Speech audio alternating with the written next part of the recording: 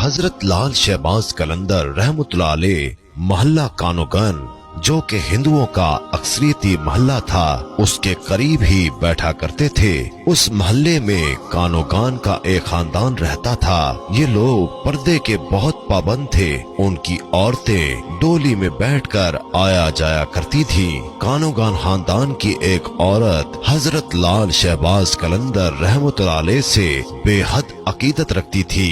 جب بھی آپ گلی میں آ کر بیٹھتے وہ عورت بھی کھڑکی میں آ کر گھنٹوں حضرت لال شہباز قلندر رحمۃ اللہ علیہ کا نظارہ کرتی رہتی۔ عورت کی شدید خواہش تھی کہ وہ کسی طرح حضرت لال شہباز قلندر رحمۃ اللہ علیہ کا دیدار کر لے، مگر آپ ہمیشہ سر جھکا کر بیٹھتے تھے، اس لیے وہ اپنی کوششوں میں کامیاب نہ ہو سکی۔ ایک دن ہندو عورت کی وحشت اس قدر بڑھی کہ اس نے شوق دیدار میں کھڑکی سے چھلانگ لگا دی اور حضرت لال شہباز قلندر رحمۃ اللہ علیہ کے قدموں میں جا گری۔ اونچائی سے گرنے کے سبب ہندو عورت شدید زخمی ہو گئی تھی۔ اس نے ایک نظر حضرت لال شہباز قلندر رحمۃ اللہ علیہ کے چہرے مبارک کو دیکھا اور دنیا سے رخصت ہو گئی۔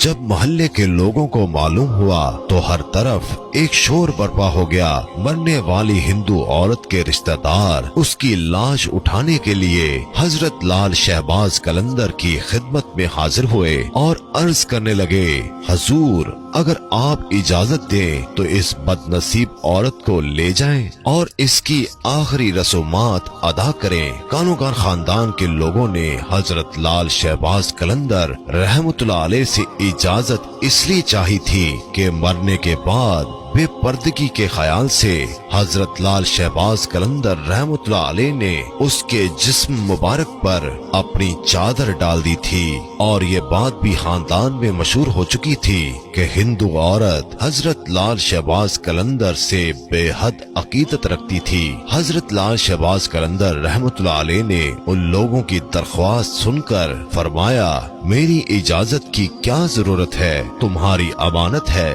جہاں چاہو لے جاؤ۔ حضرت لال شہباز قلندر کی اجازت کے بعد اس لڑکی کے رشتہ داروں نے لاش اٹھانے کی کوشش کی مگر اپنے مقصد میں ناکام رہے۔ انہیں ایسا محسوس ہو رہا تھا کہ جیسے لاش بہت زیادہ وزنی ہو گئی ہے۔ دوسرے عزیزوں کو بلایا گیا مگر 15-20 افراد مل کر بھی ایک کمزور سی عورت کو نہ اٹھا سکے۔ ایسا لگتا تھا کہ جیسے لاش زمین سے چپک گئی ہے۔ حضرت لال شہباز قلندر رحمۃ اللہ علیہ نے ان لوگوں کو حیران اور پریشان دیکھ کر فرمایا، اگر تم پورے شہر کے ہندوؤں کو بھی جمع کر لو گے تو یہ لاش نہ اٹھ سکے گی۔ حضرت لال شہباز قلندر کی یہ بات سن کر کانوگان خاندان کے لوگوں پر گویا ایک دہشت سی طاری ہو گئی۔ آخر اس بد نصیب عورت سے کیا گناہ سرزد ہوا ہے؟ خاندان کے بوڑھے افراد نے حضرت لال شہباز قلندر کے آگے ہاتھ جوڑ دیے۔